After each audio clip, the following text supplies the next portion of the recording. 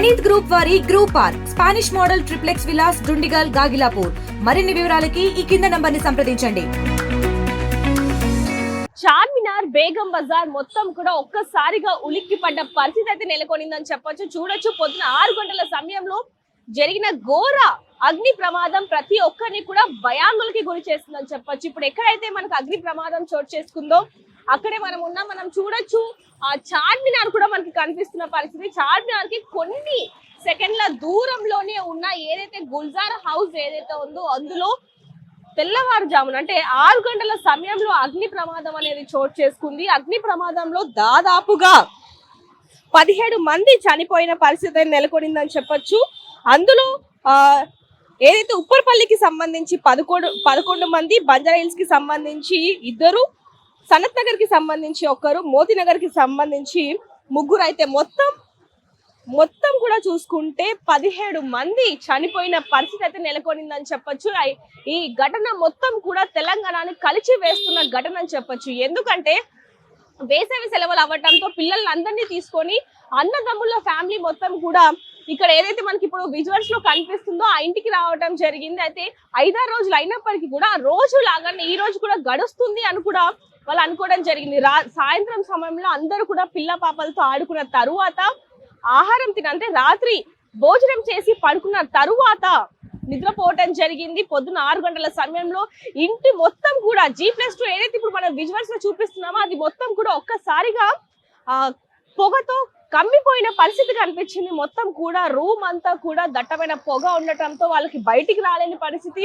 మనం విజువల్స్ లో కూడా చూడొచ్చు, లోపలికి వెళ్ళటానికి బయటికి రావడానికి ఒకటి దారి ఉంది.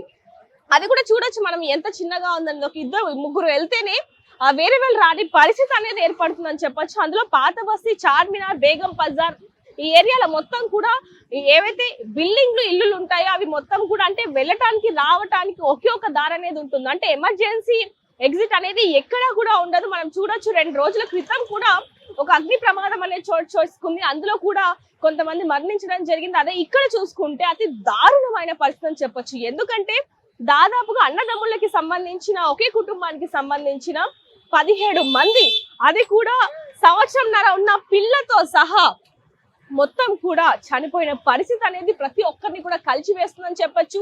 సెంట్రల్ గవర్నమెంట్ అలాగే తెలంగాణ గవర్నమెంట్ కూడా వాళ్ళకి 5,000 అలాగే 5 లక్షలు అలాగే 2 లక్షలు ఆర్థిక సహాయం కూడా చేస్తున్న పరిస్థితి అని చెప్పొచ్చు.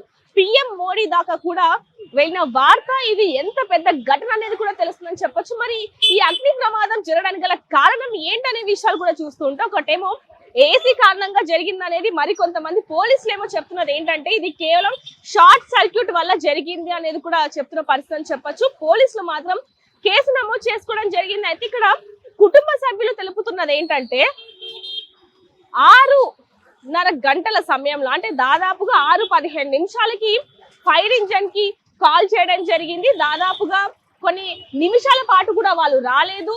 మరొకటి చూసుకుంటే వాళ్ళని అంటే ఫైర్ ఇంజన్ వాళ్ళు అలాగే పోలీసులు వీళ్ళందరూ కూడా లోపల నుంచి పేషెంట్ ఎవరైతే ఇప్పుడు స్మెల్ కి ఏదైతే విషవాయువుని పీల్చుకొని అక్కడ పడిపోయిన వాళ్ళు కొంతమంది ఉన్నారు. వాళ్ళని ఈ 17 మందిలో కొంతమందిని బయటకు తీసుకొస్తున్న క్రమంలో ఏదైతే అంబులెన్స్ ఉందో దాంట్లో ఎక్కించినప్పటికీ కూడా లోపల ఒక ఆక్సిజన్ కానీ లేకపోతే ప్రథమ చికిత్స చేయడానికి ఎలాంటి ఎక్విప్మెంట్ లేదు అంటూ కూడా కుటుంబ సభ్యులు వాపోతున్న పరిస్థితి అని చెప్పొచ్చు.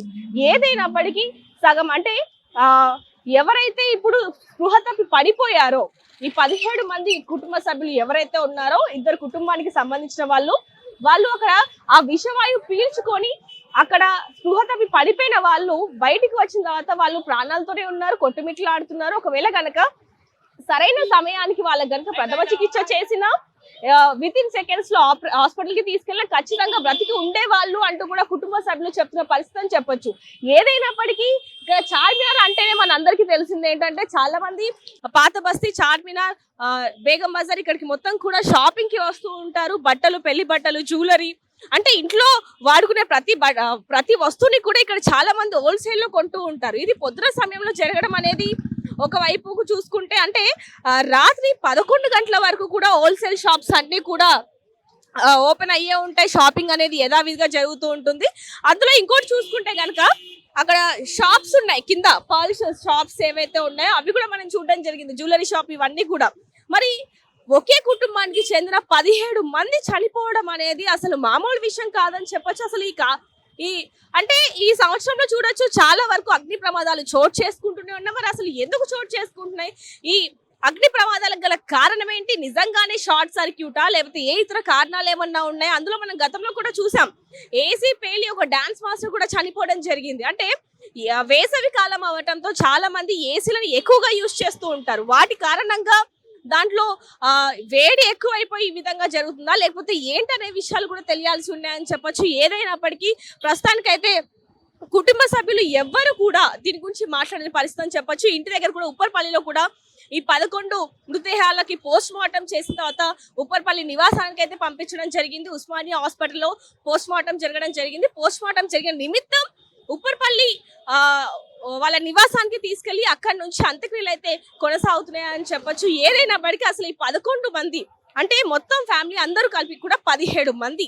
ఈ 17 మంది చావుల వెనకాల ఉన్నది కేవలం షార్ట్ సర్క్యూట్ అయినా, ఏసీ వలన ఏంటనే విషయాలు కూడా పోలీసులు ఇన్వెస్టిగేషన్ చేస్తున్న పరిస్థితి అని చెప్పొచ్చు. ఈ విషయం మాత్రం ప్రతి ఒక్కరిని కూడా బాధింప చేస్తుందని చెప్పొచ్చు. మరిన్ని వివరాల కోసం చూస్తూనే ఉండండి RTV. కెమెరామ్యాన్ శివతో రిపోర్టర్ దేవిక, హైదరాబాద్. ఇండియా పాకిస్తాన్ తాజా అప్డేట్స్ కోసం డౌన్లోడ్ చేసుకోండి RTV లైవ్ యాప్.